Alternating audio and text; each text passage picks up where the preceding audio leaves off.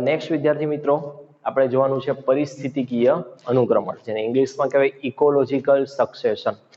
Okay, હવે અનુક્રમણ શું છે તો કે એક ઉદ્વિકાસ જેવી ક્રિયા છે. ઉદ્વિકાસમાં આપણને ખબર છે શું થાય કે કોઈ જાતિ હોય એમાં નવા નવા લક્ષણો પેઢી દર પેઢી થોડા થોડા આવતા જાય અને અમુક સમયે એ લક્ષણો એટલા વધી જાય કે નવી જાતિનું શું થાય નિર્માણ.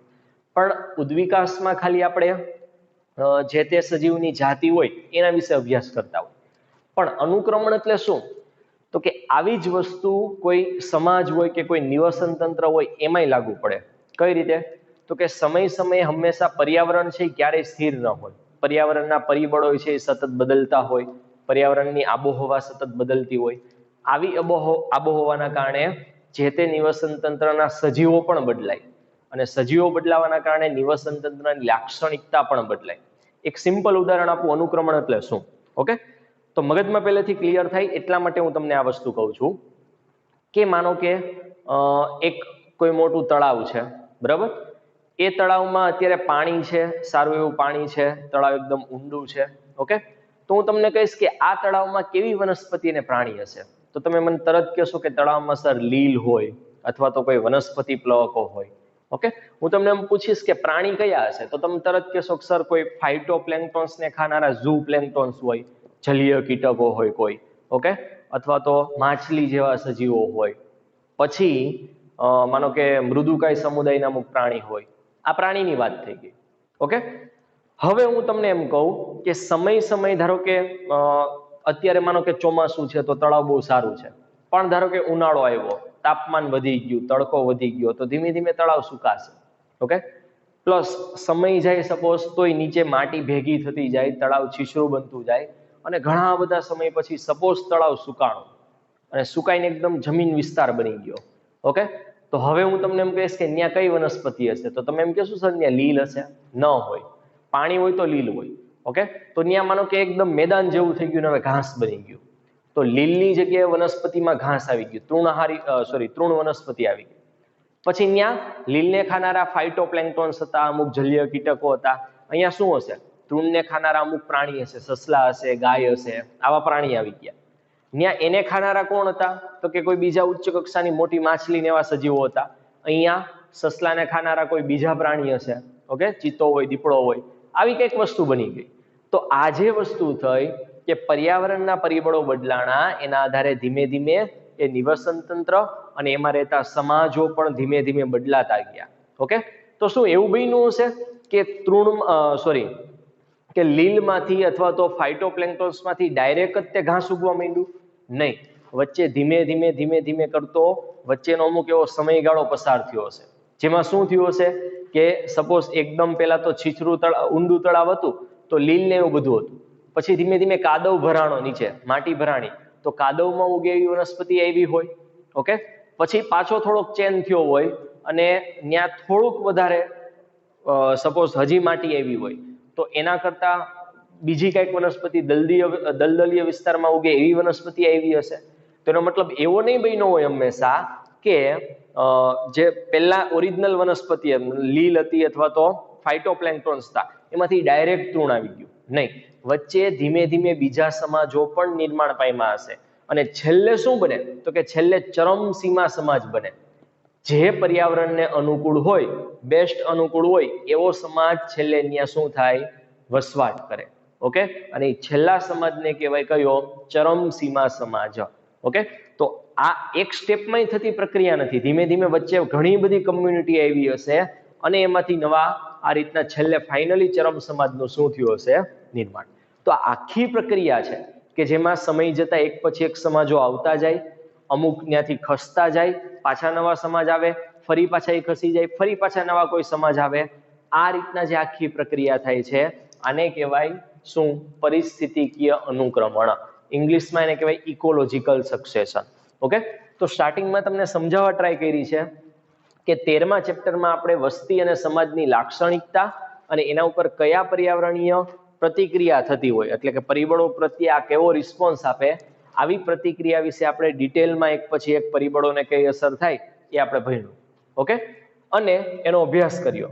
હવે આપણે સમયની સાથે પર્યાવરણ પ્રત્યેની જૈવિક સમાજોની ઉપર કઈ પ્રતિક્રિયા થાય અથવા તો પર્યાવરણીય પરિબળો આપણે વ્યક્તિગત વસ્તીનું એનું ભણતા હતા આગળના ચેપ્ટરમાં, પણ હવે પર્યાવરણીય પરિબળો સામે આખો સમાજ કઈ રીતના રિએક્ટ કરે એના વિશે આપણે હવે જોવાનું છે.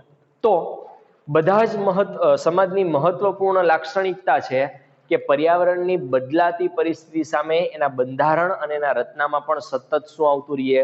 પરિવર્તન થતું રહે.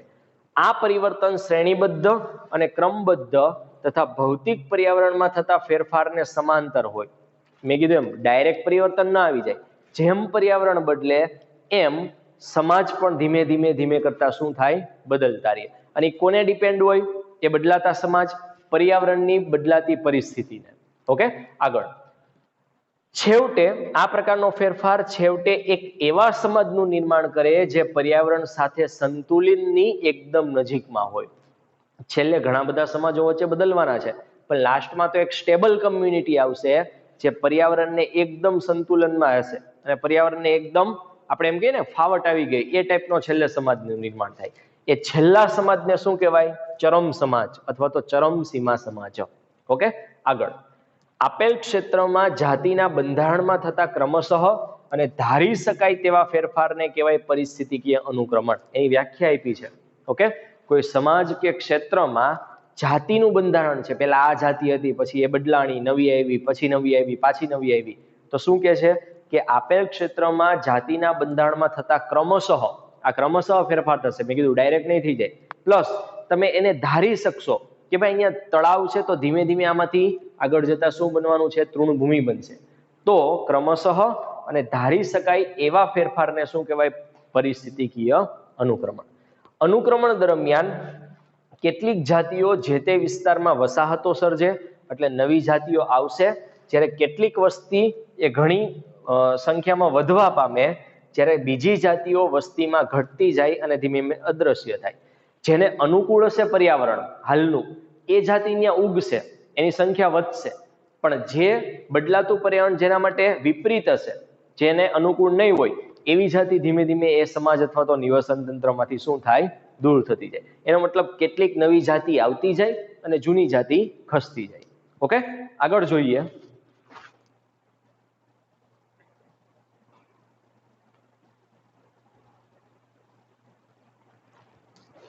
ઓકે, સમાજનો સમગ્ર ક્રમ કે જે આપેલ વિસ્તારમાં સફળતાપૂર્વક અનુક્રમિત રીતે પરિવર્તિત થાય છે તેને ક્રમક કહેવાય, સ્ટેરે કહેવાય. આ ખાસ યાદ રાખજો.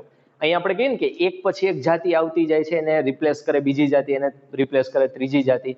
તો આ રીતના ક્રમશઃ જે એક પછી એક જાતિ આવી એ બધી જાતિને ક્રમક કહેવામાં આવે છે. એક પછી એક જાતિને શું કહેવાય છે? ક્રમક. વ્યક્તિગત પરિવર્તનશીલ સમુદાયને ક્રમિક અવસ્થા કહેવાય. એમાં કોઈ વ્યક્તિગત એક સમુદાયની તમે વાત કરો, આખાને ક્રમક કહેવાય. એક પર્ટિક્યુલર સમુદાયની વાત કરો તો એને ક્રમિક અવસ્થા કહેવાય કે પેલા આ અવસ્થા આવી, પછી આ અવસ્થા આવી.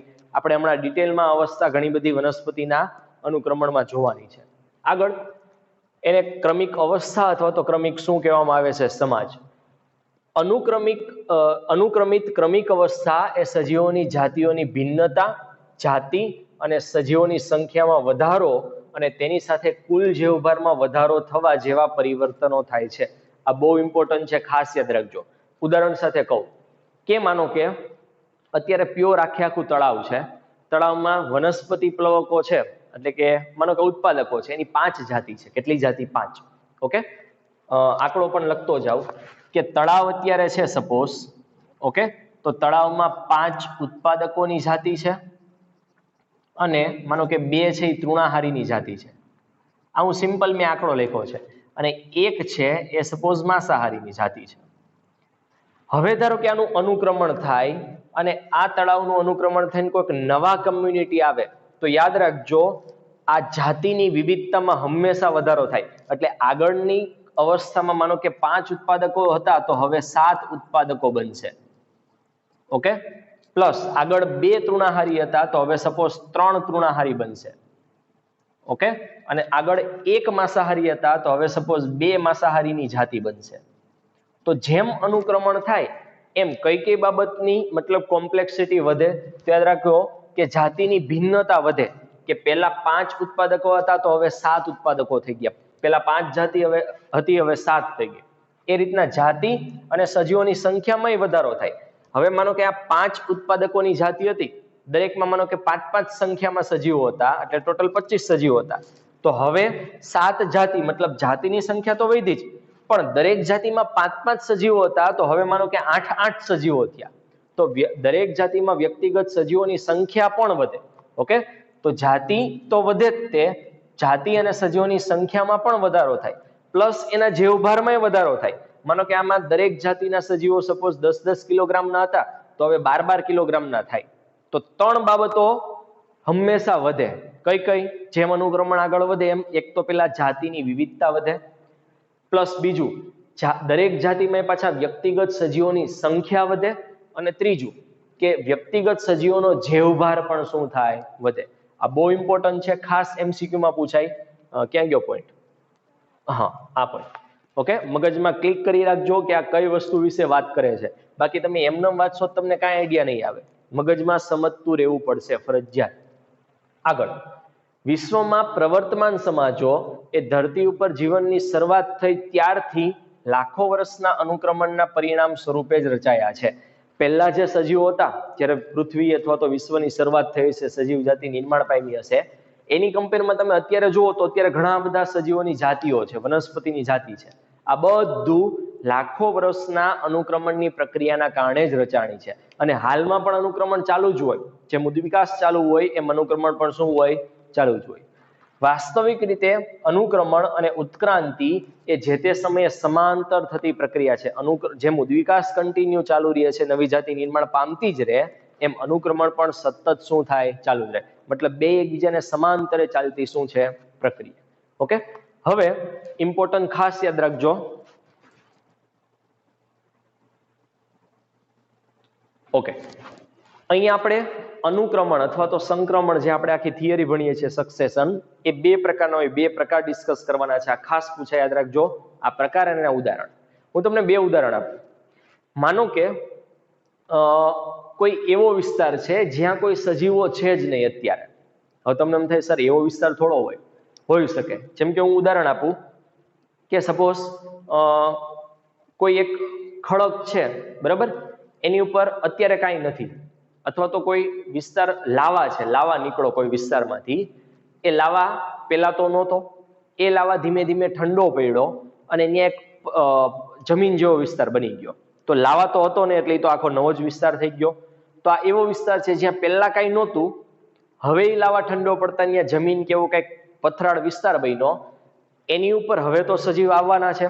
પેલા વનસ્પતિ આવે, વનસ્પતિ ઉપર ડિપેન્ડ કરતા પ્રાણી આવે. આ હંમેશા યાદ રાખવાનું કે કોઈ પણ નિવસન તંત્ર હોય કે સમાજ હોય, એની પ્રાણી જાતિ હંમેશા વનસ્પતિ ઉપર નક્કી થાય.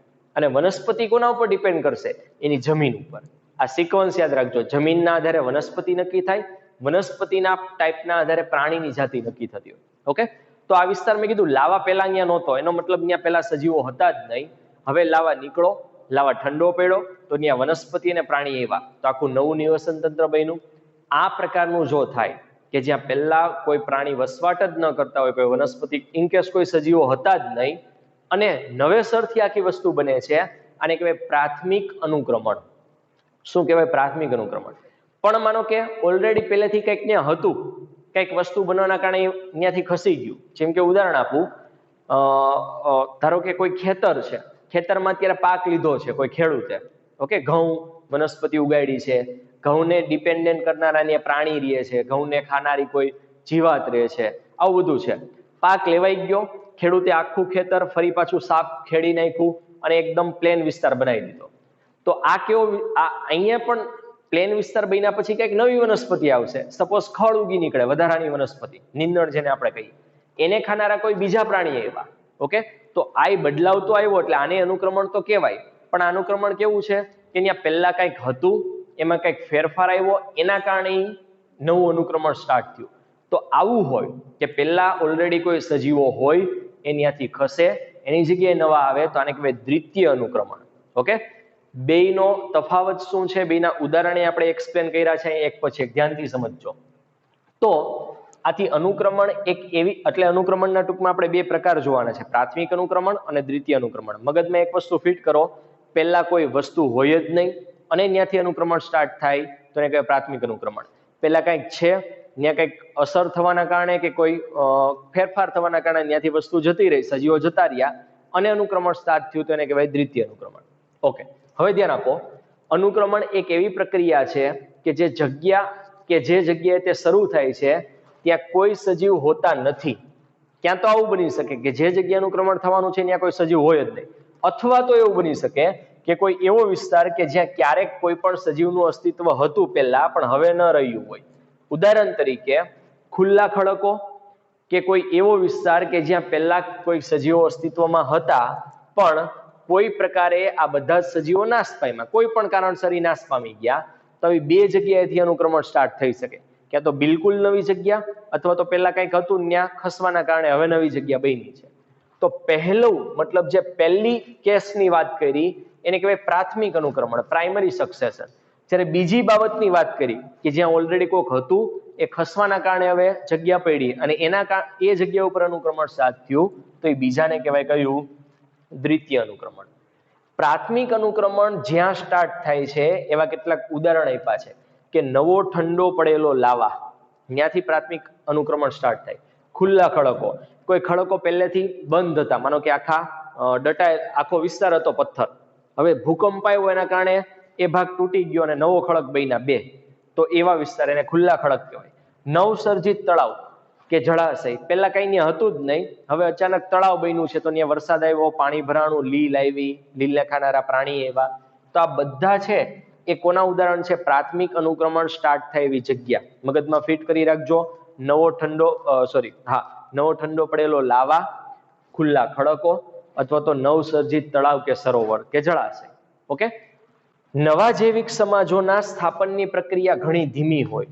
યાદ રાખજો, પ્રાથમિક અનુક્રમણ ને દ્વિતીયક અનુક્રમણ બે છે, એમાંથી ધીમી પ્રક્રિયા કઈ હશે? જે નવું બનવાનું હોય. હું તમને એમ કહું કે કોઈ એક જગ્યા છે ત્યાં તમારે નવી શોપ ચાલુ કરવાની છે, નવી કોઈ દુકાન ચાલુ કરવાની છે. ઓકે, તો એ દુકાનને સેટ થવામાં સમય લાગે, કેમ કે એ પહેલા તમે વસ્તુ આખી બનાવશો, ફર્નિચર આખું તૈયાર કરો, પછી તમે ત્યાં બેસવા લાગો, પછી ધીમે ધીમે કસ્ટમર આવે, એને અનુભવ થાય, એના આધારે ધીમે ધીમે આવતા થાય. પણ હું તમને એમ કહું કે ઓલરેડી કોઈ એક દુકાન શરૂ જ છે, ધારો કે કોઈ કપડાની દુકાન ચાલુ જ છે, એ ભાઈની દુકાન બંધ કરવી છે એની જગ્યાએ તમારે નવી ચાલુ કરવી છે કપડાની જ દુકાન, તો તમારે ઘણો બધો સમય બચી જાય. કારણ તો કે એનું ફર્નિચર છે એમાંથી ઘણો બધો તમે વાપરી લેશો, પ્લસ ત્યાં કસ્ટમર પહેલેથી આવતા જ આગળની દુકાનના, તો હવે તમને બેઠા કસ્ટમર મળી જાય. ખબર પડે છે? તો સેમ પ્રાથમિક અનુક્રમણમાં જે એક પછી એક જાતિ આવશે એ ધીમી પ્રક્રિયા છે. અને પહેલી વસ્તુ તો એ જ છે કે પ્રાથમિક અનુક્રમણમાં કોઈ વનસ્પતિ પહેલા તો આવે, વનસ્પતિના આધારે પ્રાણી આવે, પણ એ વનસ્પતિને રહેવા માટે જે જમીન જોઈએ, ફળદ્રુપ જમીન જોઈએ, એ બનવામાં હજારો લાખો વર્ષો લાગે. તો પ્રાથમિક અનુક્રમણ હંમેશા ધીમું હોય, જ્યારે દ્વિતીયક અનુક્રમણ એની કમ્પેરમાં ઝડપી હોય. આ મગજમાં ફિટ કરો. ઓકે, તો નવા જૈવિક સમાજોના સ્થાપનની પ્રક્રિયા ધીમી હોય છે. વિવિધ સજીવોના જૈવિક સમાજની સંસ્થાપન થાય એ પહેલા ત્યાં ભૂમિ એટલે કે જમીન હોવી આવશ્યક છે, અને મહદઅંશે આબોહવા પર આધારિત ખુલ્લા ખડકો ઉપર ફળદ્રુપ, ખુલ્લો ખડક છે ને આ જમીન બનવા માટે જ ઘણો બધો પ્રાકૃતિક સદીઓ એટલે કે હજારો વર્ષો લાગે છે. ખડક ભલે નવો બન્યો છે પણ ખડક ઉપર તો ડાયરેક્ટ વનસ્પતિ નહીં આવે, એને ધીમે ધીમે ત્યાં ધોવાણ થાય, ત્યાં જમીન બનવા માટે જ ખાલી કેટલો હજારો વર્ષનો સમયગાળો લાગે છે. તો પ્રાથમિક અનુક્રમણ ધીમે ધીમે થાય. ઓકે, દ્વિતીય અનુક્રમણ એની કમ્પેરમાં કેવું હોય? ઝડપી હોય.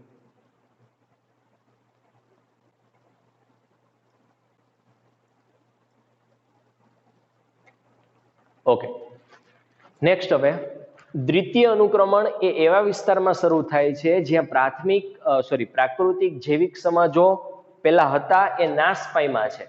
જેમ કે પૂર્ણપણે ત્યજાયેલી ખેતીલાયક જમીન, કોઈ ખેતીલાયક જમીન હોય હવે એનો ત્યાગ કરી દે કે હવે આપણે ખેતી નથી કરવી, તો ન્યા અનુક્રમણ સ્ટાર્ટ થશે, એને કહેશું આપણે દ્વિતીય અનુક્રમણ. એ રીતના સળગી ગયેલ કે કાપી નાખેલા જંગલો, કોઈ આખું જંગલ છે ત્યાં ઓલરેડી કમ્યુનિટી છે જ, પણ હવે તમને બધા આખા જંગલને કાપી નાખો છો અને ત્યાંના વૃક્ષો કાપીને બાળી નાખો છો, તો ત્યાં નવા સજીવો આવશે, તો આને કહેવાય દ્વિતીય અનુક્રમણ. એ રીતના પૂરથી પ્રભાવિત જમીન વગેરે, કોઈ જમીન ઓલરેડી છે પણ ત્યાં મોટી માત્રામાં પૂર આવ્યું તો ત્યાંનું બધું સાફ થઈ ગયું, તો નવું અનુક્રમણ સ્ટાર્ટ થશે. તો આ એવા વિસ્તાર છે, આ 3 ઉદાહરણ આપ્યા કે જ્યાં પહેલા કંઈક હતું પણ કોઈ કારણસર એ ત્યાંથી ખસી ગયું અને હવે અનુક્રમણ સ્ટાર્ટ થાય એટલે એને કહેવાય કેવું? દ્વિતીય અનુક્રમણ.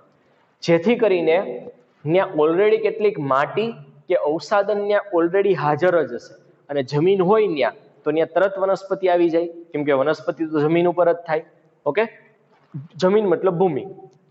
તો અહીંયા પહેલેથી માટી અથવા તો અવસાદન હાજર હશે અને એટલા માટે દ્વિતીય અનુક્રમણની ક્રિયા પ્રાથમિક અનુક્રમણ કરતા કેવી હશે?